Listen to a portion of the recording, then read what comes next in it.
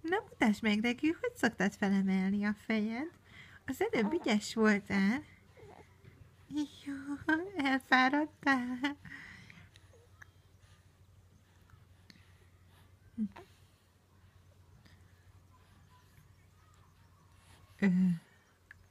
Ilyes nem lehetsz, mert most tettél. Míg az anyatejcsit meg is hagytad. Na? Hogy mikor anya felveszi a mutatványodat, nem csinálod? Hát hogy van ez, Regő? Hogy van ez?